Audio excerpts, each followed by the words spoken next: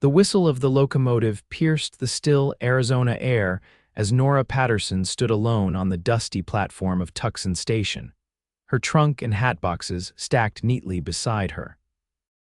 The August sun beat down mercilessly, causing beads of perspiration to form along her hairline despite the protective brim of her best bonnet. She checked her pocket watch for the 20th time that hour. 4 o'clock. Frederick was now 3 hours late. The station had emptied hours ago, the other passengers having been greeted by their waiting parties and whisked away to their destinations. Only Nora remained, her cream traveling dress now wrinkled from the journey, and her patience wearing as thin as the pages of the romance novel she'd finished on the train. "Miss, station's closing soon," the station master called as he swept the wooden platform. His graying mustache twitched sympathetically. "Ain't nobody else coming today."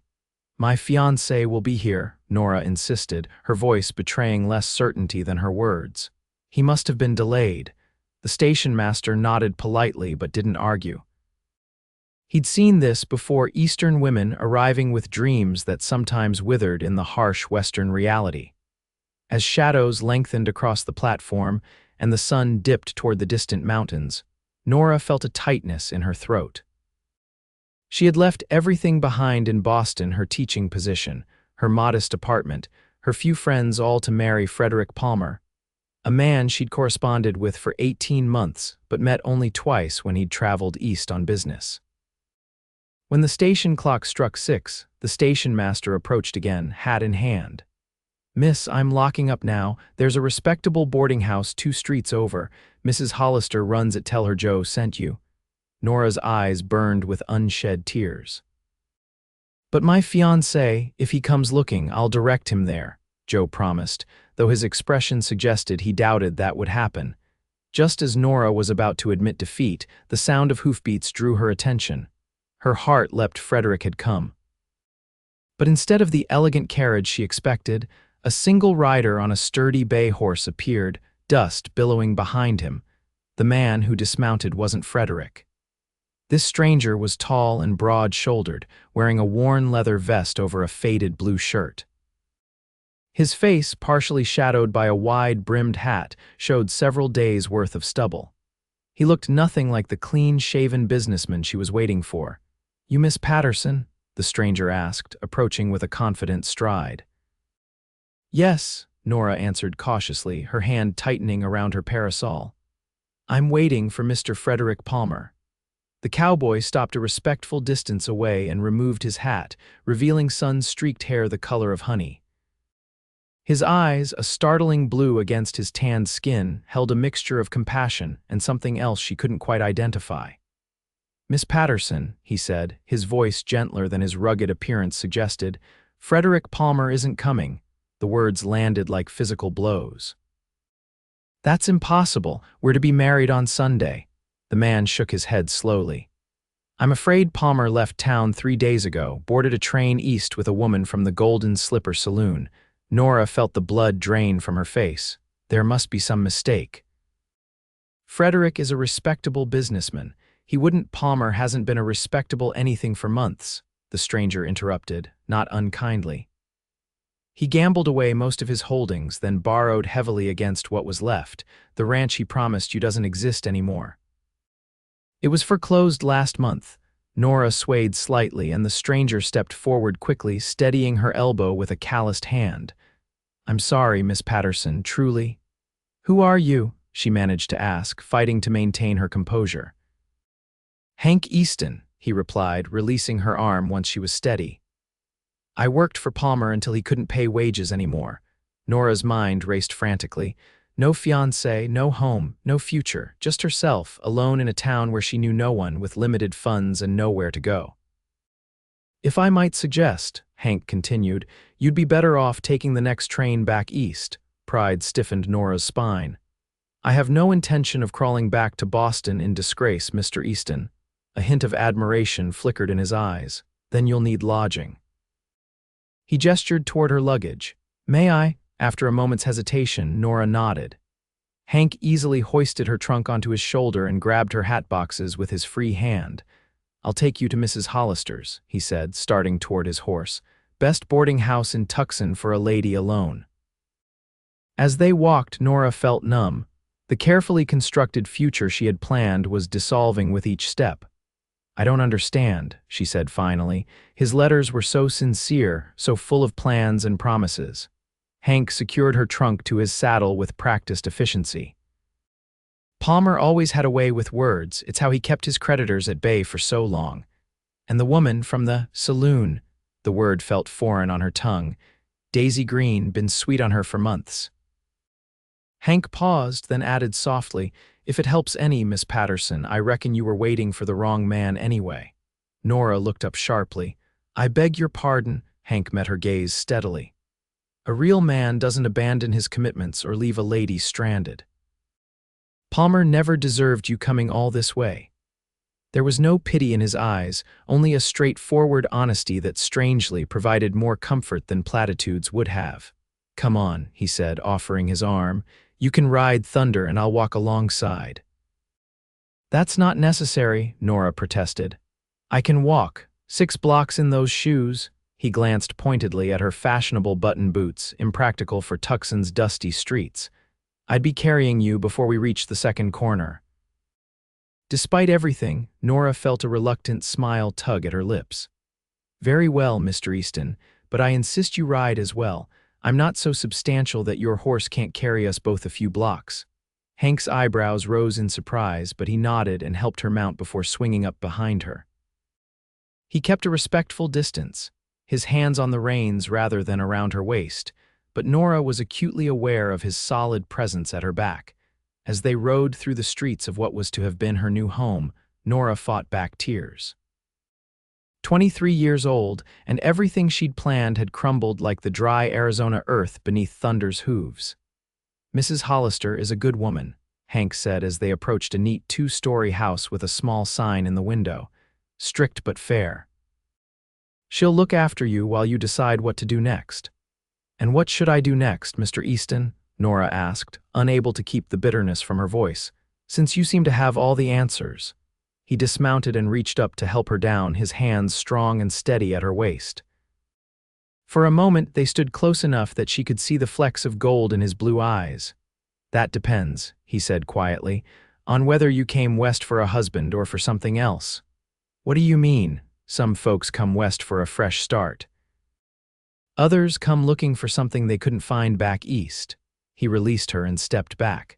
"Figure out which one you are, Miss Patterson, and the rest will follow." Before she could respond, the front door opened, and a stout woman with silver-streaked dark hair appeared. "Mr. Easton," she called, her keen eyes taking in the scene, "this isn't your usual sort of company." "Mrs. Hollister," Hank replied with a respectful nod. "This is Miss Nora Patterson, newly arrived from Boston. She needs a room." The landlady's shrewd gaze softened slightly as it swept over Nora's travel-worn appearance. "Come in, dear. You look like you could use a hot meal and a cup of tea." Nora turned to thank Hank, but he was already retrieving her trunk. "I'll bring your things in," he said, "then be on my way." Once inside, Nora was shown to a small but clean room on the second floor. Mrs. Hollister explained her rules: no gentlemen callers in bedrooms, meals at 7, 12, and 6, laundry day on Tuesdays, while Hank brought up her trunk and hat boxes. "Thank you, Mr. Easton," Nora said formally when he'd finished. They stood in the narrow hallway outside her room, Mrs. Hollister having gone downstairs to prepare tea. It was no trouble. He turned to leave, then hesitated.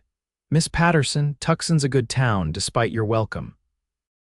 There are decent folks here and opportunities for a woman with education." "How did you know I'm educated?" A smile touched the corner of his mouth. "The books in your trunk. Shakespeare and Dickens don't usually feature in a lady's traveling library unless she's well read." Nora was surprised he'd noticed. "I was a teacher in Boston. The school here is looking for one," he said. "The last schoolmarm married a rancher from up north. Position's been empty for a month." Hope flickered briefly. "Really? Town council meets Thursdays at the courthouse." "You might want to present yourself." He settled his hat back on his head. "Good evening, Miss Patterson." He was halfway down the stairs when Nora called after him. "Mr. Easton," he paused, looking back. Why did you come to the station today? How did you know I'd be there?" Something passed over his face, discomfort, perhaps. Palmer's housekeeper mentioned it, said he'd been expecting an Eastern bride but instead ran off with Daisy. Didn't seem right to leave you stranded. With a final nod, he descended the stairs and was gone, the front door closing softly behind him. Alone in her room, Nora finally allowed the tears to come. She cried for her shattered dreams, for her own naivete, for the embarrassment of being abandoned before she'd even begun her new life. But as the worst of the storm passed, she found herself thinking of Hank Easton's parting words. There were opportunities here. Perhaps Frederick's betrayal, painful as it was, had saved her from a worse fate, marriage to a dishonest man. Perhaps there was something for her in Tucson after all. Exhausted, she unpacked only what she needed for the night and prepared for bed. Through her window, she could see the distant mountains outlined against the darkening sky, so different from Boston's crowded horizons. As sleep finally claimed her, Nora's last conscious thought was of piercing blue eyes and an unexpected kindness from a stranger. Morning light streamed through the thin curtains, rousing Nora from a fitful sleep. For a moment she was disoriented, the unfamiliar room and the sounds of a western town coming to life outside her window, confusing her still drowsy mind. Then reality rushed back, the empty train platform, Frederick's betrayal, the cowboy who'd come to her rescue. She rose and dressed in one of her simpler dresses, a pale blue cotton that would be more suitable for the heat than yesterday's traveling outfit. As she pinned her dark hair into a modest chignon, Nora considered her options. Her funds, while not abundant, would sustain her for a month or two if she was careful. Time enough to secure employment or, return east in defeat. The thought made her stomach clench. Downstairs, Mrs. Hollister was serving breakfast to her other boarders, two elderly sisters who taught piano and a young clerk from the mercantile. They greeted Nora politely, but with the reserved curiosity typical of small-town residents confronted with a newcomer. "Sleep well, dear," Mrs. Hollister asked, placing a plate of eggs and biscuits before her. "Well enough, thank you," Nora replied, though the shadows beneath her eyes likely told a different story. "Mr. Easton explained your situation," the landlady said quietly, refilling Nora's coffee cup. "Just the basics, mind you." "He's not one for gossip." Nora felt a flush of embarrassment. "I suppose everyone will know soon enough," Mrs. Hollister snorted. "Palmer's reputation was already in tatters. Nobody who matters will think less of you for being deceived by him." She patted Nora's shoulder. "Finish your breakfast. Then perhaps you'd like me to show you around town." Grateful for the kindness, Nora agreed. After breakfast, Mrs. Hollister guided her through Tucson's streets, pointing out the essential establishments: the general store, the bank, the church, and finally, the schoolhouse. It was a modest one-room building with a small bell tower set back from the main street. Through the windows, Nora could see rows of desks and a blackboard. "Term starts in 3 weeks," Mrs. Hollister explained. "They're desperate for a teacher. Last one left them in the lurch. Mr. Easton mentioned that," Nora said, peering through the window with growing interest. "Did he now?" Mrs. Hollister's tone held a note of surprise. "Hank doesn't usually involve himself in town matters much, keeps to himself mostly, out at that little ranch of his." "He has a ranch."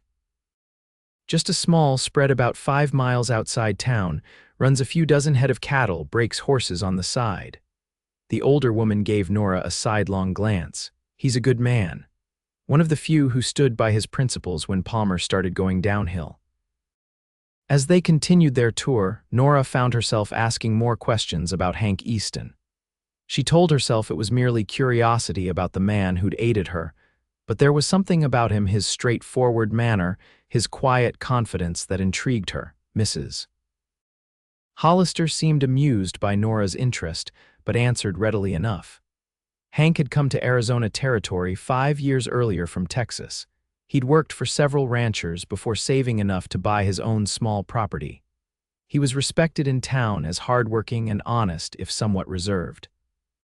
"Doesn't come to town much except for supplies or church on Sundays," Mrs. Hollister said, "though I expect we'll see him tomorrow at the social." "Social? town dance held once a month at the community hall. Everyone attends. She smiled at Nora's uncertain expression. You should come. It would be a good way to meet folks, especially if you're thinking of staying. The thought of attending a social event so soon after her arrival and in her current emotional state made Nora hesitate. But the alternative was sitting alone in her room, dwelling on Frederick's betrayal. Perhaps I will, she said finally. That afternoon, Nora wrote a letter to her friend Margaret in Boston, explaining what had happened but assuring her that she was safe and considering her options. She deliberately left out the more humiliating details of Frederick's departure with a saloon girl, stating only that he had proven unsuitable and the engagement was broken. After posting the letter, Nora made her way to the courthouse to inquire about the teaching position. The clerk directed her to speak with Judge Wilson, head of the town council, who happened to be in his office.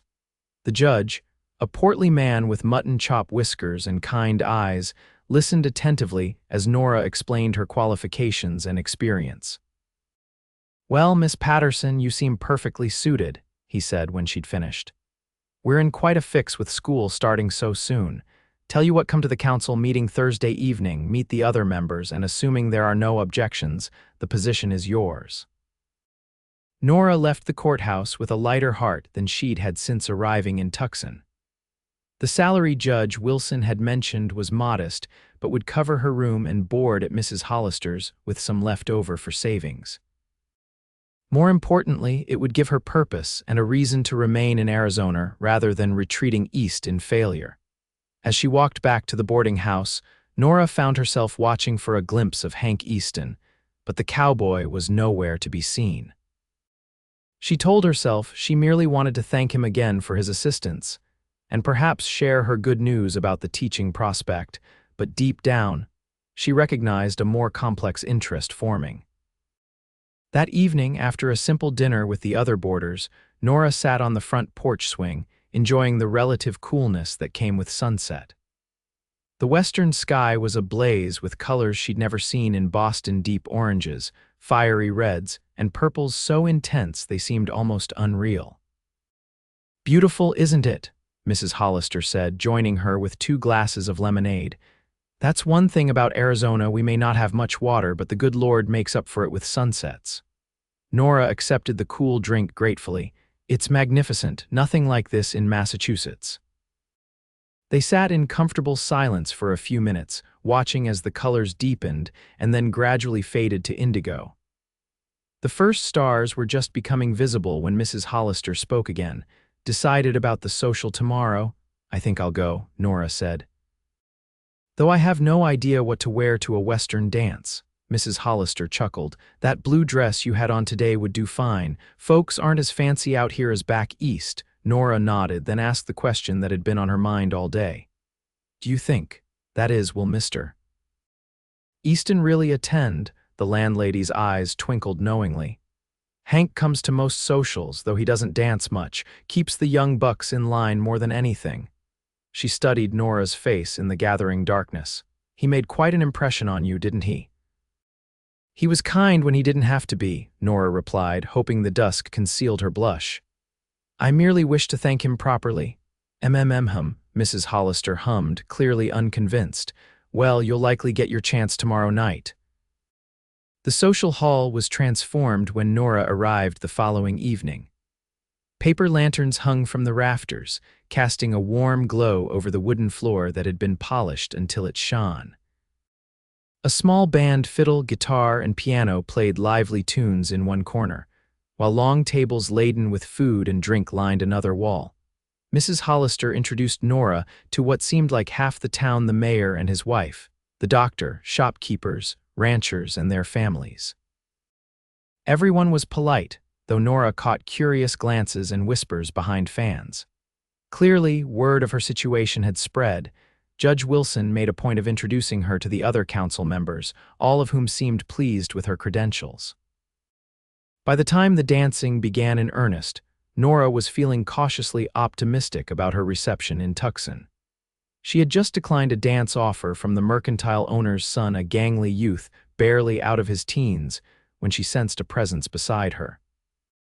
Turning, she found herself looking up into the now familiar blue eyes of Hank Easton.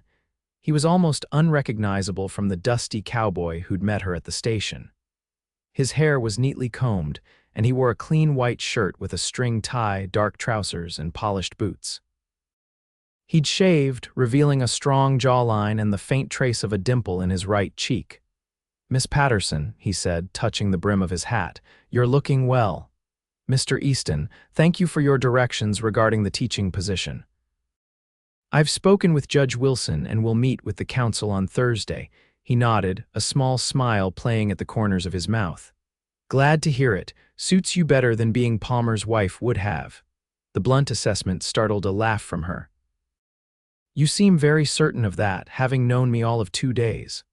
"Some things don't take long to figure out," he replied, his gaze steady. "You've got too much spirit to be happy with a man like Palmer." Before Nora could respond to this surprising observation, the band struck up a waltz. "Would you care to dance, Miss Patterson?" Hank asked, offering his hand.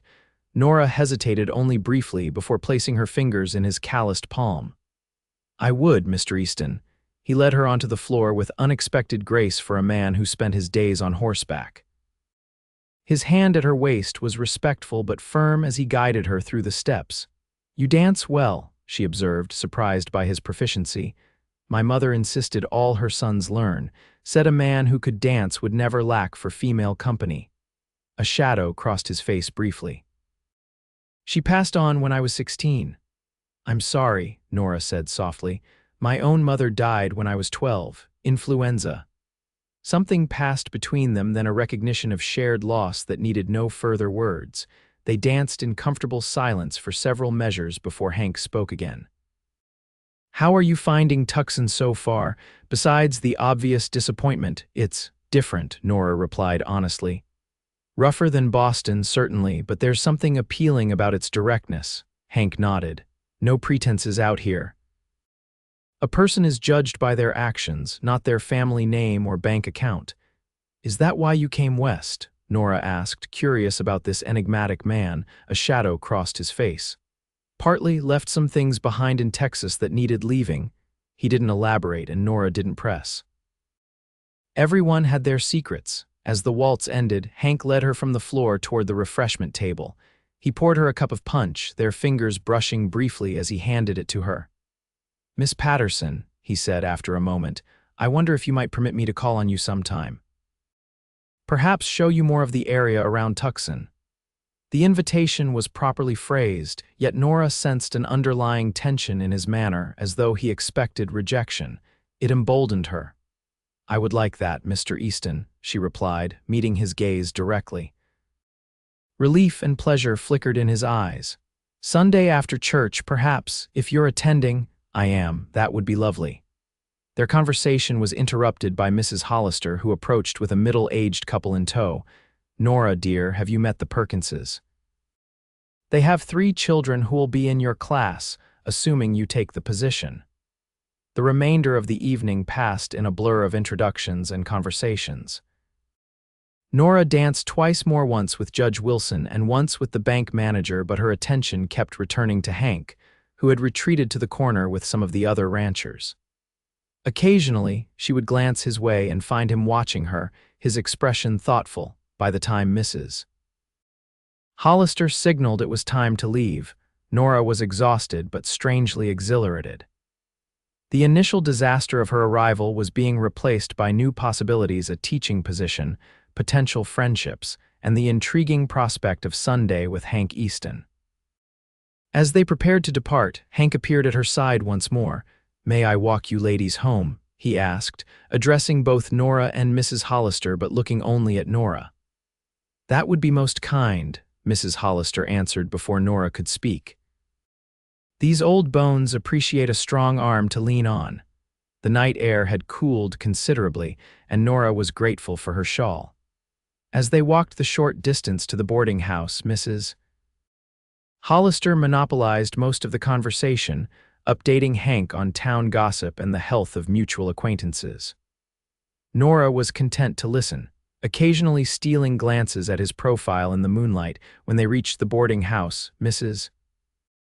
Hollister tactfully excused herself after extracting a promise from Hank to attend Sunday dinner after church. "Thank you for the dance," Nora said once they were alone on the porch, "and for the invitation on Sunday." "It was my pleasure," he replied, his voice low. In the dim light from the porch lantern, his eyes were shadowed, but she could feel the intensity of his gaze. "I'm glad you're staying in Tucson, Miss Patterson." "So am I," she realized with some surprise. "Good night, Mr. Easton." "Good night." He waited until she was safely inside before stepping off the porch, his boots crunching on the gravel path as he walked away. Upstairs in her room, Nora stood by the window, watching his tall figure disappear down the street. 2 days ago, she had arrived in Tucson expecting to marry Frederick Palmer and begin a new life as a rancher's wife. Now that future was gone, replaced by, what? Teaching, certainly. But there was something else forming on the horizon of her imagination, something that had to do with blue eyes and calloused hands, and an unexpected connection formed in the midst of disappointment. For the first time since stepping off the train, Nora felt a flutter of excitement about what tomorrow might bring. The next few days passed in a flurry of activity. Nora visited the schoolhouse again, this time with the key provided by Judge Wilson, and spent hours taking inventory of supplies, reviewing the previous teacher's notes and planning lessons. The school library was modest but serviceable, and she made a list of additional books she hoped the council would approve purchasing. Thursday evening's council meeting went exactly as Judge Wilson had predicted. The 5 council members, all men, questioned her briefly about her teaching methods and experience, then voted unanimously to offer her the position. She would begin the following Monday with preparations, and students would arrive the week after. Through it all, Nora found her thoughts frequently returning to Hank Easton. She hadn't seen him since the social, but Mrs. Hollister mentioned he'd likely be busy with ranch work until Sunday. "Man works harder than most," the landlady observed as she helped Nora hem a dress that would be more suitable for teaching than her Boston fashions. "Up before dawn, back after sunset, building something to last, that one. Has he always been alone?" Nora asked, trying to sound merely conversational. "No family," Mrs. Hollister's knowing look suggested she wasn't fooled. "Has 2 brothers back in Texas, I believe. Never mentioned a sweetheart, though plenty of girls have set their caps for him." She tied off a thread. "Hank's particular. Not the type to court a lady unless he's serious." The implication wasn't lost on Nora, and she felt a warmth creep into her cheeks. "We've only just met. I'm sure he's merely being neighborly." "Hum," Mrs. Hollister hummed, exactly as she had on the porch nights earlier. "Must be why he's coming to Sunday dinner for the first time in 6 months." Sunday dawned clear and warm. Nora dressed with particular care in her best day dress, a sage green that complemented her hazel eyes, and accompanied Mrs. Hollister to the small church near the town square. The service was simpler than what she was accustomed to in Boston, but the sermon was thoughtful, focusing on new beginnings and God's unexpected pathways. Nora found herself particularly moved, seeing parallels to her own situation. She was so absorbed in the message that she didn't notice Hank enter until he slipped into a pew across the aisle. He caught her eye briefly and nodded before turning his attention to the preacher. Nora tried to focus on the remainder of the sermon, but her awareness of Hank's presence made it difficult to concentrate. After the service, congregants gathered outside to socialize. Several people approached Nora to welcome her and express their pleasure that the school would have a teacher again. Parents introduced their children, and Nora made a point of learning each name, knowing they would soon be her pupils. Through it all, she was acutely aware of Hank standing some distance away, talking with a group of men. Occasionally, their eyes would meet, and he would offer a small smile before returning to his conversation. Finally, as the crowd began to disperse, he made his way to where Nora stood with Mrs. Hollister. "Ladies," he greeted them, touching his hat brim. "Beautiful day for a ride if you're still interested, Miss Patterson." "I am," Nora confirmed, "though I should change first." "No need to rush," Hank said. "I'll see to my horse and meet you at Mrs. Hollister's in half an hour." Back at the boarding house, Nora changed into a simpler dress and sturdy boots. Mrs. Hollister provided a wide-brimmed hat to protect against the sun and packed a small basket with sandwiches and a jug of lemonade. "Just in case you get hungry," she said with a wink that made Nora blush again. Hank arrived precisely half an hour later, riding a different horse than the one Nora had seen at the station. This was a sleek black gelding with a white blaze down its face. "This is Midnight," Hank said as he dismounted. "Gentlest horse I own, thought he'd be good for your first desert ride." "You're assuming I know how to ride at all," Nora replied with a smile, "don't you?" "As a matter of fact, I do.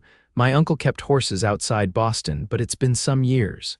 Hank's grin was boyish and transformative, lighting his entire face. "Like swimming, once you learn, you never really forget," he gestured to her dress. "You might want to ride side saddle in that, though."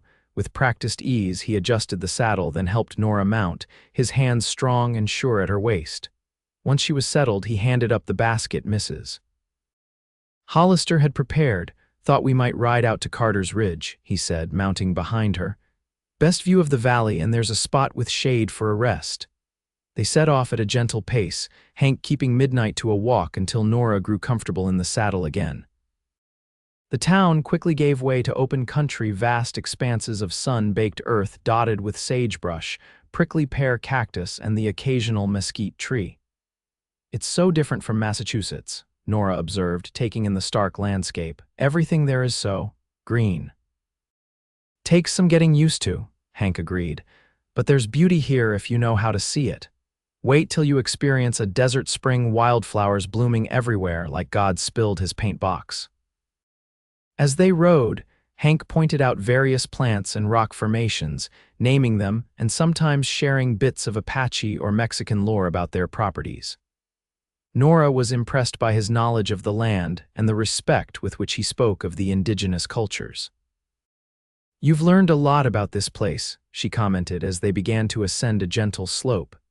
"Had good teachers.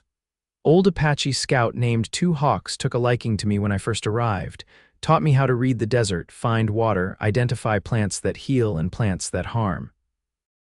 There was affection in his voice. "He's gone now, but I owe him a great deal." The trail steepened, and conversation paused as Midnight picked his way carefully upward. Nora marveled at the horse's sure-footedness and Hank's quiet confidence in guiding him. Finally, they reached the ridge, a flat outcropping of rock that offered a panoramic view of the valley below. Tucson lay in the distance, a small cluster of buildings surrounded by the vast wilderness. "It's breathtaking," Nora said softly as Hank helped her dismount. "Worth the climb, isn't it?" He secured Midnight in a shady spot where the horse could graze on the sparse vegetation, then spread a blanket beneath the lone juniper tree that grew at the edge of the ridge. "Mrs. Hollister, send provisions." They sat in the dappled shade, sharing the sandwiches and lemonade as they looked out over the landscape. The conversation flowed easily, touching on books they'd both read, places they'd visited, and their differing experiences of growing up, Nora in a sedate Boston neighborhood, Hank on a struggling Texas ranch with two rowdy brothers. "Is that why you left? The ranch wasn't doing well?" Nora asked, curious about what had driven him west. Hank was silent for a long moment, his gaze fixed on the distant horizon. "Partly," he said finally. "After my father died, we tried to keep it going, but drought hit hard. My older brother went to work for the railroad, the younger one joined the army." He paused. "But that wasn't all of it." Nora waited, sensing there was more he wanted to say. "There was a girl," he continued, his voice lower. "Marion, daughter of the biggest rancher in the county. We'd been sweet on each other since school days, planned to marry once I had enough saved." His jaw tightened. "When the drought came and our cattle started dying, her father made her break it off, said she needed a husband who could provide, not a Easton with a failing ranch and no prospects." "I'm sorry," Nora said softly, understanding now the shadow she'd seen cross his face when he'd mentioned leaving Texas. Hank shrugged, but she could see the old hurt still lingered. "She married a banker's son 2 months later. I sold my share of the ranch to my brothers and headed west. Needed a fresh start somewhere people didn't know me as the Easton boy who lost everything." The parallel to her own situation struck Nora forcefully. And now you've built something new, something that's entirely yours. He looked at her then, really looked at her as though surprised by her understanding. Yes, not big or fancy, but mine. 30 head of cattle, 6 horses I'm training, and land that's paid for. That's more than many have, Nora said, something to be proud of. A comfortable silence fell between them, broken only by the occasional cry of a hawk circling overhead and the soft sound of midnight grazing nearby. What about you? Hank asked eventually. How did a Boston schoolteacher end up agreeing to marry a man she barely knew in Arizona territory? It was Nora's turn to look away. It sounds foolish now, but I wanted adventure. Teaching in Boston was safe, predictable, every day the same as the one before. She traced a pattern in the dust beside the blanket. When Frederick visited the school to speak about business opportunities in the West, he was so charming, so full of stories about this wild, beautiful place. We began corresponding, and his letters painted such a vivid picture of life here. And when he proposed, it seemed romantic, leaving everything behind to marry a man I'd met only twice but whose words had captured my imagination. She gave a rueful laugh. My friends thought I was mad. Perhaps I was. Not mad, Hank said. Just brave. Takes courage to leave everything familiar for something unknown. His words warmed her. I don't feel particularly brave, just naive. There's a difference between being naive and being willing to take a chance, Hank countered. Palmer was the mistake, not coming west. They talked until the sun began its westward descent, casting long shadows across the ridge. Reluctantly, Hank suggested they start back if they wanted to reach town before dark. The return journey was quieter, both lost in their own thoughts. As they approached the outskirts of Tucson, Nora found herself wishing the day wouldn't end. There was something about Hank's company that felt right, comfortable yet exciting in a way she'd never experienced with Frederick. When they reached Mrs. Hollister's, Hank helped her down, his hands lingering slightly longer at her waist than strictly necessary. Thank you for today, Nora said, reluctant to say goodbye. I enjoyed it very much, as did I. Hank's eyes were warm as they met hers. Would you allow me to call on you again? Perhaps Tuesday evening. I know you'll be busy with school preparations. Tuesday would be perfect, Nora replied, perhaps too quickly, but she couldn't bring herself to care. He smiled, that transformative smile that crinkled the corners of his eyes. Until Tuesday, then. He hesitated, then reached for her hand, raising it briefly to his lips in a gesture that seemed both old-fashioned and intensely intimate. Good night, Nora. It was the first time he'd used her given name, and the sound of it in his deep voice sent a pleasant shiver through her. Good night, Hank. As she watched him ride away, Nora realized with perfect clarity that she was in serious danger of falling in love with Hank Easton. And strangely, the thought didn't frighten her at all. The next 2 weeks passed in a whirlwind of activity. Nora threw herself into preparing for the school term, cleaning and organizing the one-room schoolhouse, developing lesson plans for students ranging from 6 to 16 years of age, and meeting with parents about their children's educational needs. Through it all, Hank remained a steady presence. True to his word, he called on Tuesday evening, bringing a small cactus in a terracotta pot to remind you of our ride, he explained. On Friday, he appeared at the schoolhouse with a wooden bookshelf he'd built for her classroom. And on Sunday, he escorted her to church again, followed by another afternoon ride, this time to a small spring where desert wildflowers grew despite the late summer heat. Each meeting deepened Nora's feelings for him. She found herself charmed by his quiet competence, his dry humor, his profound knowledge of the land, and most of all, the way he listened when she spoke, as though her thoughts and opinions truly mattered to him. For his part, Hank seemed equally drawn to her. His initial reserve gradually gave way to a warm attentiveness. He asked about her teaching methods, remembered details from their conversations, and went out of his way to make her transition to Western life easier, bringing fresh vegetables from his garden, introducing her to trustworthy merchants, even arranging for the town's only dressmaker to visit Mrs. Hollister's to help Nora adapt her Eastern wardrobe for Arizona's climate. The evening before school was to begin. Hank invited Nora to dinner at Tucson's only restaurant, a modest establishment that served surprisingly good food. They were seated at a corner table, somewhat removed from the other diners. "Nervous about tomorrow?" Hank asked as they waited for their meal. "A little," Nora admitted. It's one thing to teach in an established Boston school with set curricula, and another to be solely responsible for the education of 27 children of varying ages and abilities. "You'll do wonderfully," Hank said with a confidence that bolstered her own. "Those children are lucky to have you."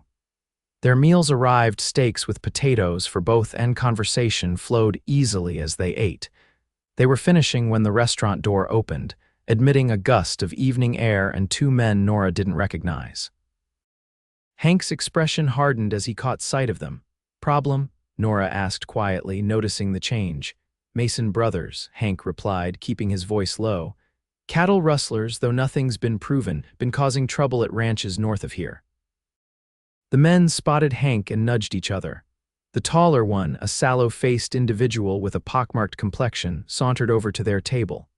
"Well, if it ain't Hank Easton," he drawled, his tone just shy of insulting. "Heard you got yourself some new stock, fine animals from what I hear." "Roy," Hank acknowledged coolly, "you're interrupting our dinner." Roy's gaze shifted to Nora, and something in his expression made her skin crawl. "This the new schoolmarm, Palmer's cast-off?" Hank was on his feet so quickly that his chair nearly toppled. "Apologize to the lady," he said, his voice dangerously soft. The second brother stepped closer, hand hovering near his holstered pistol. "Easy, Easton. Roy didn't mean nothing by it." "Then he can say so himself," Hank replied, not backing down. The tension in the restaurant was palpable. Other diners had fallen silent, watching the confrontation with wary eyes. Nora's heart raced, but she kept her expression composed, refusing to show fear. After a long moment, Roy's mouth twisted in what might charitably be called a smile. "No offense intended, madam, just making conversation." "None taken," Nora replied coolly, though the lie was obvious to everyone present. Hank remained standing until the brothers moved away to a table on the opposite side of the room. Only then did he resume his seat, his eyes still hard. "I apologize for that," he said quietly. "The Masons make it their business to provoke people. It's not your fault," Nora assured him, though her hands trembled slightly as she reached for her water glass. "What did he mean about Palmer's cast-off?" Hank's jaw tightened. "Town gossip. Some folks think you were abandoned." "I should have expected something like this sooner or later. It's the truth, isn't it? I was abandoned." Nora kept her voice steady. "I won't have you fighting my battles, Hank. I knew there would be talk when I decided to stay." His expression softened. "You're remarkable, you know that. Most women would have been on the first train east after what happened." "Perhaps I'm not most women," she replied with a small smile. "No," he agreed, his eyes warming as they held hers. "You certainly are not." They finished their meal without further incident, though Nora was aware of the Mason brothers watching them from across the room. When they departed, Hank offered his arm and kept her close as they walked back to Mrs. Hollister's in the gathering darkness. At the boarding house steps, Hank paused. "Nora, about what happened tonight, there's something you should know." "What is it?" "Palmer owes the Masons money gambling debts. When he left town, they were furious." He hesitated. "I'm concerned they might cause trouble for you, thinking you have some connection to Palmer's finances." Nora frowned. "But I have nothing to do with Frederick's debts." "They may not believe that." Hank ran a hand through his hair, a gesture she'd come to recognize as a sign of agitation. "Just be careful. Don't go anywhere alone with either of them if they approach you." "I'll be careful," she promised, touched by his concern. "Thank you for telling me." He nodded, then surprised her by reaching out to tuck a stray curl behind her ear, his fingers lingering against her cheek. "Good luck tomorrow, schoolmarm. Those children won't know what hit them." The gentle touch and teasing words dispelled the tension from the restaurant incident. Nora smiled up at him, warmed by the tenderness in his gaze. "Thank you for dinner," she said softly, "and for everything these past 2 weeks. I don't know how I would have managed without your help." "You'd have managed just fine," Hank replied, but I'm glad I could be of service." There was a moment, a breathless, suspended instant when Nora thought he might kiss her, but instead he stepped back, touching his hat brim in that courtly gesture she'd come to find endearing. "Good night, Nora. I'll stop by the school tomorrow afternoon if that's all right, see how your first day went." "I'd like that," she said, hiding her disappointment at the missed moment. "Good night, Hank." She watched him walk away, his tall figure silhouetted against the lamplight from the main street, before turning to enter the boarding house. Mrs. Hollister was in the parlor, ostensibly knitting but clearly waiting up for her. "Have a nice evening." The landlady asked, her needles clicking steadily. "Lovely until the Mason brothers arrived," Nora replied, taking a seat opposite her, Mrs. Hollister's hands stilled. "Those two causing trouble again," Nora explained what had happened, including Hank's warning about Frederick's gambling debts. The older woman's expression grew grave. "Hank's right to be concerned. The Masons aren't men to cross, they hold grudges, and they're not above targeting innocent parties to settle scores." She resumed her knitting, though her brow remained furrowed. "Best be watchful, dear. And perhaps mention it to the sheriff tomorrow." "I will," Nora promised, though privately she wondered if she was overreacting. Surely the Masons wouldn't harass a schoolteacher over debts that weren't hers. The next morning, any concerns about the Mason brothers were overshadowed by the excitement and nervousness of her first day teaching. The schoolroom filled with children of all ages, from shy 6-year-olds to gangly teenagers trying to appear disinterested. Parents lingered, curious about the new teacher from the East. By mid-morning, Nora had established order and begun assessments to determine each student's educational level. By noon, she had separated them into groups based on ability rather than age, an approach that raised eyebrows among some parents but made perfect sense to her. Why hold back a bright 10-year-old or embarrass a struggling 14-year-old by forcing them to work at inappropriate levels? The afternoon brought reading lessons for the younger children and mathematics for the older ones. By the time the final bell rang at 3 o'clock, Nora was exhausted but exhilarated. The children filed out, many calling goodbyes or offering shy smiles that suggested she'd made a positive first impression. She was erasing the blackboard when a knock at the open door made her turn. Hank stood in the doorway, hat in hand, a bouquet of desert wildflowers in the other. "How was your first day, Miss Patterson?" he asked formally, aware that a few lingering parents were within earshot. "Challenging but rewarding, Mr. Easton," she replied with equal formality, though her smile was warm. "What brings you to the schoolhouse?" He stepped inside, offering the flowers. "Thought the teacher's desk could use some brightening." Nora accepted the bouquet, touched by the gesture. The wildflowers were arranged with surprising artistry, deep purples, bright yellows, and delicate whites against sprigs of desert sage. "They're beautiful," she said softly. "Thank you." "You're welcome." He glanced around the schoolroom. "Place looks different, more organized." "There's still much to do," Nora said, looking at the bookshelves that needed more volumes and the maps that required updating. "But it's a start." They talked for a while about her first day, the promising students, the challenges of teaching such varied ages, her plans for improvements to the curriculum. Hank listened attentively, offering occasional suggestions based on his own education in a similar one-room schoolhouse in Texas. As the conversation wound down, he hesitated, then asked, "Would you consider having dinner at my ranch this Saturday? It's nothing fancy, but I make a decent stew, and I thought you might like to see the place." The invitation was significant, a step beyond their rides and in-town outings. Visiting Hank's home would signal a deepening of their relationship, and they both knew it. "I would like that very much," Nora replied, meeting his gaze steadily. Relief and pleasure flickered in his eyes. "I'll collect you at 4 then. That'll give us time to ride out before sunset." After Hank left, Nora placed the wildflowers in a jar of water on her desk, smiling at how they brightened the austere schoolroom. As she gathered her materials to return to Mrs. Hollister's, she couldn't help but reflect on how drastically her life had changed in just 3 weeks. She had arrived in Tucson expecting to marry a man she barely knew and become a rancher's wife. Instead, she was a schoolteacher building a new life on her own terms, and finding herself increasingly drawn to a very different kind of rancher, one whose quiet strength and integrity appealed to her far more than Frederick Palmer's smooth charm ever had. The rest of the week passed in a blur of teaching and planning. Nora established routines, assessed her students' abilities, and began to form relationships with the children and their families. She visited the sheriff as promised, but he merely advised her to be cautious around the Masons, saying there was little he could do without a direct threat. By Saturday, Nora was more than ready for a break from her new responsibilities.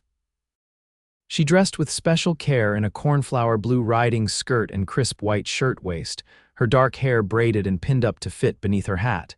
Mrs. Hollister eyed her approvingly as she came downstairs. "My, don't you look lovely? Special occasion." "Hank invited me to see his ranch," Nora replied, trying not to sound as excited as she felt. "Did he now?" The landlady's eyebrows rose. "First time he's invited a lady out there, to my knowledge." Before Nora could respond to this interesting information, there was a knock at the door. Hank stood on the porch, looking somewhat different from his usual appearance. His hair was freshly trimmed, his shirt was new, and he'd polished his boots to a shine that suggested special effort had been made. "You look beautiful," he said simply when Nora appeared. "Thank you." She felt a blush rise to her cheeks at the directness of the compliment. "You look very nice yourself." The ride to Hank's ranch took about an hour, following the main road before branching onto a narrower trail that wound through scrubland and rocky outcroppings. As they crested a small rise, Hank reined in his horse. "There it is," he said, gesturing ahead. "Easton Ranch." Below them lay a modest but well-maintained property. A small house built of adobe and timber stood near a barn and corral. A windmill turned lazily beside a water tank, and a kitchen garden was visible behind the house. Beyond the immediate buildings, the land stretched toward distant hills, dotted with the shapes of grazing cattle. "It's lovely," Nora said, meaning it. The ranch had a harmonious, settled feel, not grand or ostentatious, but solid and purposeful. Hank's expression was a mixture of pride and uncertainty, as though her opinion genuinely mattered to him. "It's not much compared to some spreads, but it's perfect," Nora interrupted gently. "You've built something wonderful here, Hank." They continued down the slope toward the house. As they approached, a dog bounded out to greet them, a medium-sized animal with a brindled coat and alert expression. "That's Scout," Hank said as he dismounted. "Best cattle dog in the territory, though he thinks he's in charge of the place." The dog circled Midnight, then looked up at Nora with inquisitive eyes. When Hank helped her dismount, Scout approached cautiously, sniffing at her skirts before apparently deciding she was acceptable and allowing her to pat his head. "He likes you," Hank observed. "He's usually more standoffish with strangers." "I'm honored," Nora replied with a smile, scratching behind Scout's ears. Hank led her on a tour of the ranch, showing her the barn with its orderly tack room, the corral where he trained horses, the vegetable garden he tended himself, and finally, the house. It was simple but comfortable, a main room with a stone fireplace, a small kitchen, and 2 bedrooms. Everything was scrupulously clean and organized, if somewhat Spartan. "I don't spend much time inside except in winter," Hank explained, seeming slightly self-conscious about the plain furnishings. "It's very nice," Nora assured him, noticing the bookshelf filled with well-worn volumes, history, practical manuals on ranching and horsemanship, and to her delight, several novels she recognized. "You read Dickens?" "Winter evenings get long," Hank replied with a small smile. "And Two Hawk's wife taught me to appreciate good stories. Said they keep the mind sharp when the body's idle." While Hank prepared dinner, Nora explored the bookshelf more thoroughly, discovering shared favorites and new titles that intrigued her. When he called her to the table, she was surprised by the appetizing spread: a hearty beef stew with vegetables from his garden, fresh bread, and even a cobbler made with preserved peaches. "This looks wonderful," she said, genuinely impressed. "Where did you learn to cook like this?" "My mother," Hank replied, serving her a generous portion. "She insisted all her sons learn, said a man who couldn't feed himself properly wasn't much of a man." She sounds like a wise woman. She was. There was warmth in his voice as he spoke of her. Worked from dawn to dusk, keeping our ranch going, especially after Father's health started failing. Never complained, though it must have been hard. They ate by lamplight, the conversation flowing easily. Hank told stories of his early days in Arizona, mistakes made, lessons learned, the gradual building of his ranch from almost nothing. Nora shared anecdotes from her first week of teaching, including her struggles with 14-year-old Tom Jenkins, who thought himself too grown for school, and 7-year-old Abigail Turner, who wanted to learn Latin because she'd heard doctors used it. After dinner, they sat on the porch, watching as the sunset painted the western sky in spectacular colors. Scout lay at their feet, occasionally thumping his tail when Hank or Nora spoke directly to him. "I never imagined such beauty," Nora said softly as crimson and gold streaked across the horizon. "Boston has its charms, but nothing like this." "It's one of the reasons I stayed," Hank replied. "Even on the hardest days, when nothing goes right, and I wonder why I ever thought I could run a ranch, the sunsets remind me there's something larger at work." They sat in comfortable silence as darkness gradually claimed the landscape. Stars appeared, more numerous and brilliant than Nora had ever seen in the east. "Sometimes I wonder what would have happened if Frederick had met me at the station," Nora mused, her voice quiet in the darkness. "If I'd married him as planned." Hank was silent for a moment. "Do you regret that he didn't?" "No," Nora answered without hesitation. "Not anymore. Teaching suits me better than being Frederick Palmer's wife would have. And—" she paused, gathering her courage, "and I would never have gotten to know you." In the dim light from the window behind them, she saw Hank turn toward her, his expression intent. "Nora," he said, his voice low, "I'm mighty glad Palmer didn't show up that day." Their eyes held in the darkness, and then, with deliberate slowness, Hank leaned forward. His hand came up to cup her cheek, giving her every opportunity to pull away.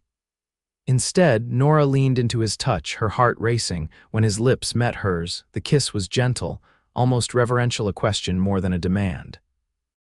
Nora answered by sliding her hand to his shoulder, drawing him slightly closer as the kiss deepened. They parted after a long moment, both a little breathless. Hank's thumb traced the line of her cheekbone, his eyes searching hers in the starlight.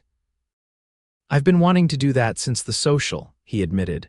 "I've been hoping you would," Nora confessed, a smile curving her lips. Hank chuckled, the sound warm in the night air. "And here I thought I was being too forward, calling on you so often." "Not nearly forward enough," Nora replied with uncharacteristic boldness that made him laugh again before he leaned in for another kiss. This one was less hesitant, a more confident exploration that left Nora's pulse racing and her thoughts scattered. When they separated, Hank kept her hand in his thumb tracing patterns against her palm. "I should get you back to town," he said reluctantly. "Mrs. Hollister will be wondering."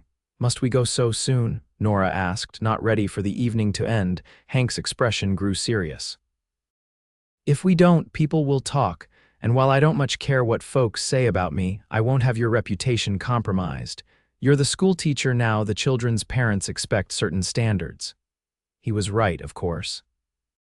In a small town like Tucson, appearances mattered, especially for a woman in her position.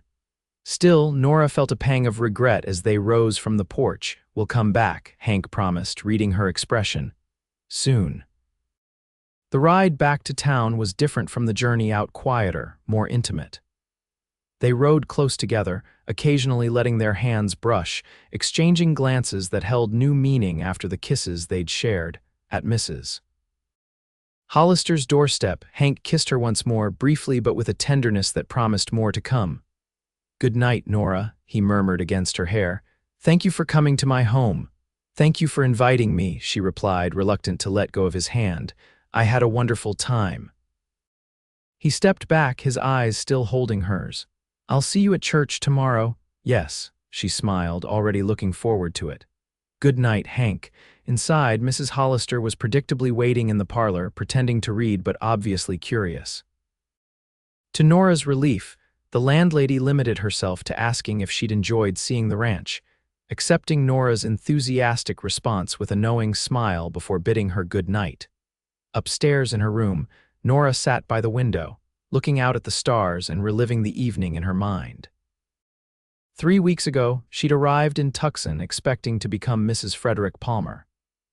Now, she couldn't imagine having married him not when Hank Easton existed in the world, with his quiet strength, his integrity, and kisses that made her feel truly cherished for the first time in her life. The weeks that followed took on a pleasant rhythm. Nora taught during the day, gradually winning over even her most reluctant students. Evenings were often spent grading assignments and planning lessons, but Hank called regularly, bringing books he thought she'd enjoy, escorting her to community events, or simply sitting with her on Mrs. Hollister's porch, talking until the landlady pointedly mentioned the lateness of the hour. Sundays became their special time. After church, they would ride to Hank's ranch, where Nora would help prepare dinner, her cooking skills improving under his patient guidance, followed by hours of conversation on the porch or walks around the property. Each visit ended with increasingly passionate kisses that left them both reluctant to part. October brought cooler temperatures and the town's harvest festival. Nora's students performed a recitation that earned enthusiastic applause, and she found herself fully accepted as Tucson's schoolteacher. The festival also marked her first public appearance with Hank as an acknowledged couple, his hand at her waist as they danced. His protective presence beside her as they moved through the crowds, the way he introduced her to acquaintances with unmistakable pride in his voice. "People are saying you two will be announcing an engagement by Christmas," Mrs. Hollister remarked one evening after Hank had departed. "The betting pool at Jensen's barber shop has odds at 3-1, Nora blushed. "Is nothing private in this town." "Not when it involves the prettiest schoolmarm in the territory and one of the most eligible ranchers," the landlady replied with a chuckle. "For what it's worth, I put my money on Thanksgiving." Despite the teasing, Nora couldn't deny that her thoughts had turned in that direction. She and Hank hadn't discussed marriage directly, but their conversations increasingly included references to the future improvements he planned for the ranch, her ideas for expanding the school curriculum, books they wanted to read together during the winter evenings. The only shadow on her happiness was the occasional appearance of the Mason brothers in town. They never approached her directly, but she would sometimes catch them watching her with calculating expressions that made her uneasy. When she mentioned it to Hank, his jaw tightened, but he assured her they were unlikely to cause trouble for her directly. "They're cowards at heart," he said. "All bluster until someone stands up to them." November arrived with a surprising cold snap that had Nora wearing her heaviest Boston clothes to school. The children were restless, distracted by thoughts of the approaching Thanksgiving holiday and the school performance they were preparing. One afternoon, as Nora was dismissing her students, she looked up to see Roy Mason lounging against the schoolhouse fence, watching as the children dispersed. Her instinct was to remain inside until he left, but two of her youngest pupils were waiting for their older sister, who was uncharacteristically late. "Miss Patterson," Roy called as she ushered the little ones back inside, "might I have a word?" "I'm afraid I'm busy, mister." "Mason," Nora replied coolly. "Perhaps another time." Roy pushed away from the fence and approached the schoolhouse steps. "Won't take but a minute. It's about Palmer's debts." Nora stood her ground at the top of the steps, keeping the door open behind her so the children were within earshot but out of sight. "I have nothing to do with Mr. Palmer's financial arrangements. See, that's where we disagree." Roy's smile didn't reach his eyes. "Palmer promised certain items as collateral, including jewelry he said was coming with his bride-to-be. Family heirlooms, he called them. Then he lied to you, as he did to me," Nora said firmly. "I brought no family jewels to Arizona, Mr. Mason, only my personal belongings and teaching materials." Roy's expression hardened. "That's unfortunate. My brother and I were counting on those items to settle Palmer's marker. I'm sorry to disappoint you, but that's the truth." Nora glanced over her shoulder to check on the children, who were watching wide-eyed from just inside the doorway. Maybe we should continue this conversation somewhere more private, Roy suggested, taking a step up toward her. That won't be necessary, came a familiar voice from behind him. Hank stood at the bottom of the steps, his expression dangerously calm. Beside him was a tall, dark-haired girl of about 12, the missing older sister of Nora's young students. "This doesn't concern you, Easton," Roy said, though he took a step back. "When you harass the school teacher at her place of work, it concerns everyone in town," Hank replied evenly. "Miss Patterson has told you she knows nothing about Palmer's debts. That's the end of it." Roy's hand drifted toward his holster. "Maybe I'm not satisfied with her answer." Hank didn't move, but something in his posture changed, a subtle shift that radiated readiness. "You really want to draw on an unarmed man in front of children, Mason, because that's a hanging offense, even in Arizona territory." For a tense moment, Nora feared violence would erupt on the schoolhouse steps. Then, with a muttered curse, Roy turned away. "This isn't finished," he said over his shoulder as he stalked toward his horse. "Yes, it is," Hank called after him, "unless you want me to speak with the sheriff about intimidating the schoolteacher." Only when Roy had ridden away did Hank climb the steps to join Nora. "Are you all right?" he asked quietly. "I'm fine," she assured him, though her hands trembled slightly. "Thank you for coming when you did." "Emma here came to get me," Hank explained, nodding toward the dark-haired girl who now stood with her younger siblings. "Said Mason was hanging around the schoolhouse and she was worried about leaving the little ones." "That was very clever, Emma," Nora said warmly to her student. "Thank you." After seeing the children safely on their way home, Hank insisted on escorting Nora back to Mrs. Hollister's. They walked in silence for a few minutes before he spoke. "I don't like this, Nora. The Masons are getting bolder." "What do they expect to gain? Surely they must realize I have no connection to Frederick's gambling." Hank's expression was grim. "They're desperate. Word is they owe money to some unsavory characters in Tombstone. Palmer's debt to them was substantial enough to keep their creditors at bay for a while. But I can't give them what I don't have. I know that, but they may not believe it or they may not care." He took her hand, squeezing it gently. "I want you to be extra careful. Don't go anywhere alone for a while, especially after school." "I can't impose on people to escort me everywhere," Nora protested. "It's not an imposition. I've already spoken with Judge Wilson. His daughter Sarah will walk with you to and from school each day when I can't." Nora wanted to argue further. She valued her independence and disliked the idea of needing protection, but the concern in Hank's eyes stopped her. "All right," she agreed. "For a while at least." That evening, Hank stayed for dinner at Mrs. Hollister's invitation. As they sat in the parlor afterward, the conversation inevitably turned to the confrontation with Roy Mason.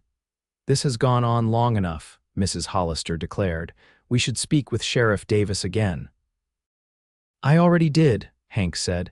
"He promised to have a word with the Masons, but without direct threats or violence, there's not much he can do legally." "Then perhaps it's time I confronted them directly," Nora suggested. "Explain once and for all that I have no jewelry or valuables from Frederick." "Absolutely not," Hank and Mrs. Hollister said in unison. "The Masons aren't reasonable men," Hank continued, his voice firm. "Confronting them would only escalate the situation." The discussion continued without resolution until Mrs. Hollister excused herself to retire, leaving Hank and Nora alone in the parlor. As soon as they were private, Hank moved to sit beside Nora on the settee, taking both her hands in his. "I was scared today," he admitted, his voice low, "when I saw Mason on those schoolhouse steps with you." "I was frightened too," Nora confessed. "Not so much for myself, but for the children." Hank's thumb traced circles on the back of her hand. "Nora, there's something I need to ask you, and it's not because of what happened today, though that made me realize I can't wait any longer." Her heart began to race as he released her hands to reach into his pocket, withdrawing a small velvet pouch. "I've been carrying this around for 2 weeks, trying to find the perfect moment," he said, a nervous smile playing at his lips. "But I'm beginning to think there's no such thing as a perfect moment, just the right person to share all the moments with, perfect or not." From the pouch, he withdrew a ring, a delicate gold band set with a small but brilliant diamond flanked by tiny sapphires. "It was my mother's," Hank explained, his voice rough with emotion. "My father gave it to her when they decided to start their ranch in Texas, said the diamond was for their love and the sapphires for the clear Texas sky they'd always live under." He smiled ruefully. "He got the sky part wrong, but the love lasted their whole lives." Nora's eyes filled with tears as Hank slid from the settee to one knee before her. "Nora Patterson, I know we haven't known each other long, but I've never been more certain of anything in my life. I love you, your courage, your intelligence, your kindness, the way you face every challenge head-on. I want to build a life with you, share my home with you, raise a family with you if you want that too." He held the ring between them, his eyes never leaving hers. "Will you marry me?" "Yes," Nora whispered, then louder, "Yes, Hank, I will marry you." His face lit with such joy that it nearly took her breath away. With slightly trembling hands, he slipped the ring onto her finger where it fit as though made for her. Then he was beside her again, gathering her into his arms for a kiss that conveyed all the love and passion they'd been carefully restraining in their previous encounters. When they finally broke apart, both breathless, Hank rested his forehead against hers. "I love you, Nora. More than I ever thought possible." "And I love you," she replied, meaning it with every fiber of her being. "I'm so glad Frederick never showed up at that station," Hank chuckled, placing another quick kiss on her lips. "Best stroke of luck in my life. Told you that day you were waiting for the wrong man." "You did," Nora agreed, smiling through happy tears. "And you were absolutely right." News of their engagement spread through Tucson with predictable speed. By noon the following day, Nora had received congratulations from every parent who dropped off a child at school, 3 bouquets of flowers from well-wishers, and a special delivery of cookies from the mayor's wife. The town's reaction was overwhelmingly positive. Even Nora's students were excited, especially when she assured them she would continue teaching after her marriage. Only the Mason brothers, glimpsed briefly outside the general store, seemed displeased by the development, exchanging dark looks when Nora passed with Sarah Wilson at her side. Hank and Nora decided on a December wedding just before the Christmas holiday. The timing would allow them to combine the wedding with the school's Christmas pageant, ensuring most of the town could attend. Mrs. Hollister insisted they hold the reception at the boarding house, declaring her parlor the most suitable venue in town, now that Palmer's place has been sold to that cattle company from California. The weeks leading up to the wedding were a whirlwind of preparations mixed with Nora's teaching duties and the holiday pageant rehearsals. Hank divided his time between ranch work and readying the house for his bride, adding curtains to the windows, building a larger bookcase for their combined libraries, and, to Nora's delight, installing a proper bathtub in the small room off the kitchen. "No wife of mine is going to make do with a wash basin when I can provide better," he declared when she exclaimed over the luxury. Their only significant disagreement came over the Mason situation. Hank wanted Nora to stay at the ranch until the wedding, concerned for her safety after several reports that the brothers had been asking questions about her schedule and habits. Nora refused, unwilling to abandon her students mid-term or to let threats drive her from her home and routine. "I won't live in fear, Hank," she insisted during one particularly heated discussion at Mrs. Hollister's. "And I won't have our wedding overshadowed by those men." "It's not about fear, it's about sensible precaution," Hank countered, his worry making his tone sharper than usual. "If anything happened to you, nothing will happen," Nora interrupted, taking his hands in hers. "I'm being careful, just as you asked. Sarah or Judge Wilson escorts me everywhere, and Sheriff Davis has been keeping an extra watch on the school." In the end, they compromised. Nora would continue teaching and living at Mrs. Hollister's, but Hank would escort her to and from school himself whenever possible. And she agreed not to go anywhere alone, even on quick errands. As December progressed, the tension with the Masons seemed to ease. They were seen less frequently in town, and when they did appear, they kept their distance from Nora. Sheriff Davis reported they'd settled some debts and appeared to be preparing for a cattle drive to Tombstone. Maybe they've given up on Palmer's so-called jewelry, Hank said cautiously when Nora shared this news, or found another way to cover their debts. I hope so, Nora replied. I'd like our wedding day to be perfect. The week before the wedding, a surprise snowfall blanketed Tucson, transforming the desert landscape into a winter wonderland that delighted the schoolchildren. Nora extended recess to allow them to build snowmen and have impromptu snowball fights in the schoolyard, her own excitement about the approaching wedding making her more indulgent than usual. She was watching the children play, wrapped warmly in the new wool cloak Hank had given her, when she spotted a familiar figure approaching on horseback. Her heart lifted at the sight of her fiancé, then plummeted as she recognized the urgency in his posture. "What's wrong?" she asked as soon as he dismounted, not bothering with a greeting. "Nothing to worry about," Hank assured her, though his expression belied his words. "But I need to ride out to the Williams place. Their barn roof collapsed under the snow and they've got horses trapped inside." "Of course you must go," Nora said immediately. "Do you need help? I could dismiss school early." "No, stay with the children," Hank interrupted. "I've already gathered some men from town. We should have it handled by nightfall." He hesitated. "I just wanted to let you know I won't be able to escort you home today. Judge Wilson said he'd come for you instead." "We'll be fine," Nora assured him, standing on tiptoe to kiss his cheek. "Go help the Williamses." Hank caught her hand before she could step back, pressing a quick, fierce kiss to her lips despite the children watching from the schoolyard. "I love you," he said quietly. "Be careful." "I love you too," she replied, warmed by the intensity in his gaze, "and I'm always careful." The rest of the school day passed uneventfully. As dismissal time approached, Nora was surprised when Emma, the girl who had fetched Hank during Roy Mason's schoolhouse visit, approached her desk instead of preparing to leave. "Miss Patterson," she said, her young face serious, "Judge Wilson sent me to tell you he's been delayed at the courthouse. Some emergency case. He asked if you could wait here until he finishes, or if Mrs. Hollister could come instead." Nora glanced out the window. The early December darkness was already falling, and the temperature would drop quickly with the sunset. She didn't relish the thought of keeping Emma's younger siblings waiting in the cold schoolhouse, nor did she want to impose on Mrs. Hollister to trek through the snow. "How far behind is the judge likely to be?" she asked. Emma shrugged. "He didn't say exactly, just that it might be a while." Nora made a quick decision.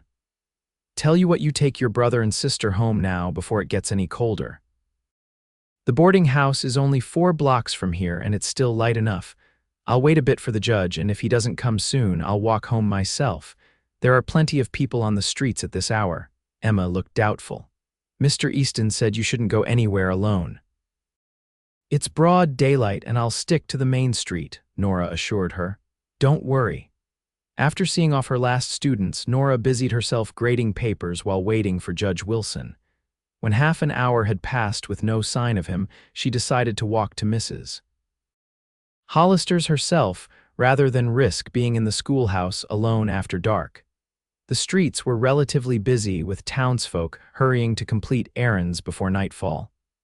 Nora nodded greetings to several people she recognized, keeping to the center of the main street as an extra precaution. She was halfway to the boarding house when she realized she'd left her grade book on her desk a problem, as she'd promised to review several students' progress with their parents the next day. Sighing, she turned back toward the school. The trip took only minutes, and she quickly retrieved the forgotten book. As she stepped back outside, preparing to lock the schoolhouse door, a voice behind her made her freeze. Well, if it isn't the future Mrs. Easton, all alone for once. Nora turned slowly to find both Mason brothers standing at the bottom of the schoolhouse steps. Roy's smile was unpleasant, while his brother Lester lingered a few paces behind, looking nervously up and down the now deserted street. "Good evening, gentlemen," Nora said, striving to keep her voice steady. "If you'll excuse me, I'm expected at Mrs. Hollister's." "Not just yet," Roy said, climbing the first step. "We still have unfinished business about Palmer's debts." "As I've told you before, I know nothing about any jewelry or valuables," Nora replied, her hand tightening on her grade book. Now please let me pass. See, I've been thinking, Roy continued as if she hadn't spoken. Maybe Palmer lied about the jewelry. But that don't change the fact that he owes us, and since he's gone, somebody's got to pay. That someone is not me, Nora said firmly, glancing past them toward the street, hoping to see a passerby, but the combination of approaching darkness and cold had emptied the area. Easton's got money, Roy suggested, taking another step up. Bet he'd pay a lot to keep his pretty fiancée safe. Alarm coursed through Nora as she realized their intent. You're talking about kidnapping. That's a serious crime, Mr. Mason. Only if we get caught, Roy replied with a shrug. And by the time anyone realizes you're missing, we'll be halfway to Mexico. Nora backed up against the schoolhouse door, her mind racing. Screaming would be useless, the nearest buildings were too far for anyone to hear. Running was impossible with both men blocking the steps. Her only hope was to stall until someone, Judge Wilson, perhaps came looking for her. This is foolishness, she said, trying to reason with them. Sheriff Davis knows you've been asking about me. You'll be the first suspects if I disappear. We'll take that chance, Roy said, advancing another step. Now, are you coming quiet-like, or do we need to persuade you? Nora's hand found the doorknob behind her. In a desperate move, she yanked the door open and darted back inside, slamming it shut and turning the key in the lock just as Roy reached it. She heard him curse and rattle the handle as she backed away, heart pounding. The schoolhouse had few defenses, windows that could easily be broken, a rear door that she wasn't sure was locked, but it gave her time to think, to form a plan. She moved quickly to her desk, pulling open the drawer where she kept a small derringer Hank had insisted she carry. She had never fired it, but its presence gave her courage. Outside, she heard the brothers conferring. Then Roy's voice called through the door, "You can't stay in there forever, Miss Patterson. Sooner or later you'll have to come out." He was right, of course. The schoolhouse had no food or water, and though there was firewood for the stove, she wasn't sure she could keep a fire going all night. Eventually, someone would come looking for her, but would it be soon enough? A sharp crack from the rear of the building startled her. They were trying to force the back door. Nora gripped the derringer tighter, moving to position herself behind her substantial oak desk. If they got in, she would at least have some cover. The sounds at the back door stopped abruptly, followed by a shout and what sounded like a scuffle. Then silence. Nora held her breath, straining to hear. Had someone arrived, or were the Masons simply trying a different approach? A knock at the front door made her jump. "Nora, are you in there? It's Hank." Relief flooded through her so intensely that her knees nearly buckled. "Hank." "Yes, I'm here." She rushed to the door, fumbling with the key in her haste to unlock it. When the door swung open, Hank stood there, his expression a mixture of relief and barely contained fury. Behind him, Sheriff Davis had both Mason brothers in handcuffs, their faces bloodied and sullen. "Are you hurt?" Hank demanded, his hands gentle as they grasped her shoulders, eyes scanning her for injuries. "No, I'm fine," Nora assured him, though she couldn't stop trembling now that the danger had passed. "How did you know?" "Emma came to the Williams place," Hank explained, drawing her close. "Said she was worried because Judge Wilson never showed up at the school. I rode straight here." His arms tightened around her. "Thank God I arrived when I did." Over his shoulder, Nora saw Sheriff Davis prodding the Masons toward his office. "What will happen to them? They'll face charges for attempted kidnapping at the very least," Hank replied grimly. "And likely a few other crimes once the sheriff starts asking the right questions." "They won't trouble you again." He drew back slightly, his expression softening as he looked at her. "You're really all right." "I am now," Nora said, finally allowing herself to relax in his embrace. "Though I must confess, I'll be very glad when I'm Mrs. Easton and living safely at the ranch with you."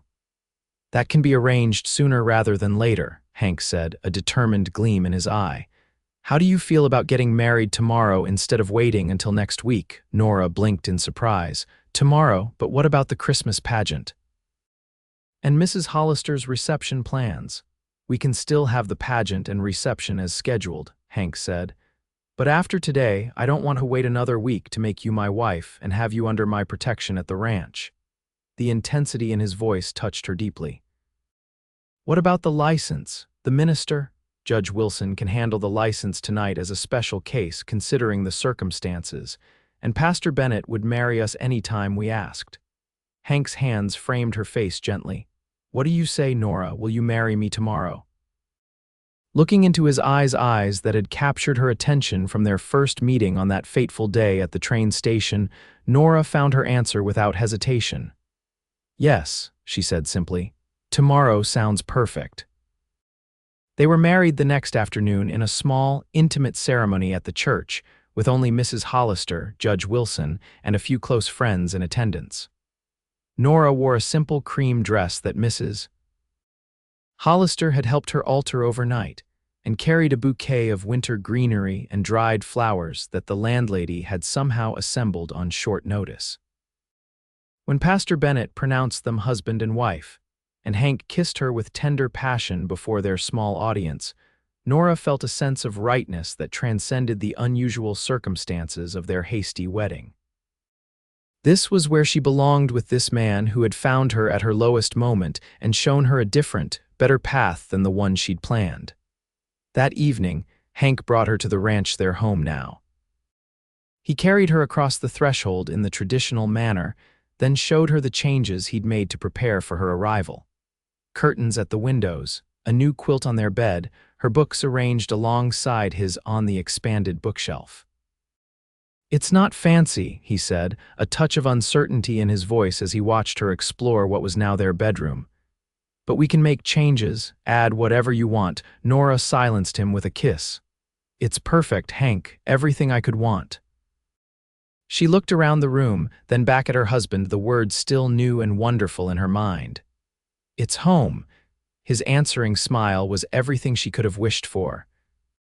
Later, as they lay together in the quiet darkness of their bedroom, Nora's head resting on Hank's chest, his arms securely around her, she reflected on the strange twists of fate that had brought her to this moment. What are you thinking about, Mrs. Easton? Hank murmured, his fingers tracing lazy patterns on her bare shoulder. About how differently things might have turned out, she replied softly. If Frederick had met me at the station that day, Hank hummed thoughtfully. Would you change it if you could? Go back and have him meet you as planned. Not for anything in the world, Nora said with absolute certainty, lifting her head to look at him in the moonlight streaming through the window. You were right that very first day, you know. About what? When you said I was waiting for the wrong man, she touched his face tenderly. I was, but then the right one came along and showed me what real love looks like. Hank captured her hand, pressing a kiss to her palm. I think we found each other exactly when we were meant to, Nora. Not a moment too soon or too late. As he drew her down for another kiss, Nora knew with absolute certainty that he was right. Whatever had brought her to Tucson, naive dreams, misplaced trust, or simply fate had led her precisely where she belonged. In the arms of a man who loved her truly, building a life together in this wild, beautiful land that had become her home. 1 year later, Nora stood on the porch of their ranch house, watching as Hank returned from checking the cattle. The December air was crisp but not bitter, and the late afternoon sun cast long shadows across the yard where Scout played with his new companion, a puppy Hank had brought home 2 months earlier. So much had changed in a year. The Easton Ranch had prospered, with Hank's careful management and Nora's practical assistance increasing their cattle herd and expanding their horse training business. The school had flourished too, with Nora continuing to teach 3 days a week, while a young woman from Tucson, one of Mrs. Hollister's former boarders, handled the other 2 days. The Mason brothers were long gone, serving prison terms in Yuma for kidnapping attempts, and, as Sheriff Davis had predicted, several other crimes that came to light during their trial. Frederick Palmer had never returned to Arizona territory, though they'd heard rumors he was in San Francisco, having abandoned the saloon girl in Denver along the way. None of that mattered now. What mattered was the life they'd built together, a partnership founded on mutual respect, shared dreams, and a love that had only deepened with time. As Hank dismounted and handed his horse to the young ranch hand they'd hired in the spring, His gaze found Nora on the porch. His face lit with the same smile that still made her heart skip a beat, and he quickened his steps toward her. "How are my girls today?" he called, eyes moving from Nora to the small bundle cradled in her arms. "We're just fine," Nora replied, smiling down at their 3-month-old daughter, Eleanor Hope Easton, named for both their mothers. "She's been an angel all afternoon." Hank bounded up the steps, pressing a kiss to Nora's lips before gently taking the baby from her arms. "Hello, little one," he murmured, his expression softening as Eleanor's tiny hand curled around his finger. "Have you been good for your mama?" The tenderness with which this strong man held their child never failed to move Nora. Hank had taken to fatherhood with the same quiet confidence he brought to everything, though she often caught him simply watching their daughter sleep, an expression of wonder on his face. "Mrs. Hollister sent word that she'll be out for Sunday dinner," Nora said as they moved inside to escape the cooling evening air, "and she's bringing a special cake for our anniversary." "Has it really been a year?" Hank marveled, settling into his favorite chair with Eleanor still in his arms. "Seems like just yesterday I found you standing alone at that train station." "The best day of my life, though I certainly didn't think so at the time," Nora said, taking the chair opposite him. "I was so devastated when Frederick didn't appear. And I was so struck by the pretty woman with the determined chin who refused to slink back east in defeat," Hank replied with a grin. "Knew right then you were something special." "Did you really?" Nora asked, surprised. "You never told me that before." Hank's expression grew more serious. "It's true. There was something about you, Nora, a strength that had nothing to do with the brave face you were putting on. I remember thinking Palmer was the biggest fool in the territory for not showing up that day." "His loss was definitely your gain," Nora teased, though her heart warmed at his words. "Our gain," Hank corrected, looking down at their sleeping daughter. "I thank God every day that I decided to go to that station. Best decision I ever made." As evening settled over the ranch and they moved through their familiar routine preparing dinner together, feeding Eleanor, discussing plans for the following day, Nora felt a profound contentment. This life they'd built together wasn't the one she'd imagined when she boarded the train in Boston, but it was infinitely better, richer, more meaningful, and filled with a love she hadn't known was possible. Later, with Eleanor settled in her cradle beside their bed, Hank drew Nora into his arms, his expression thoughtful in the lamplight. "Happy?" he asked simply. "Completely," she assured him, reaching up to trace the beloved contours of his face. "And you, more than I ever thought possible." He kissed her gently, then with increasing passion until they were both breathless. "I love you, Nora Easton, now and always, and I love you," she whispered against his lips. "My right man who found me just when I needed finding." Outside their window, stars scattered across the vast Arizona sky, bearing silent witness to the love that had blossomed from an unexpected meeting on a dusty train platform, a love that would continue to grow and flourish in the years to come, as enduring as the desert itself, and as precious as the new life they had created together.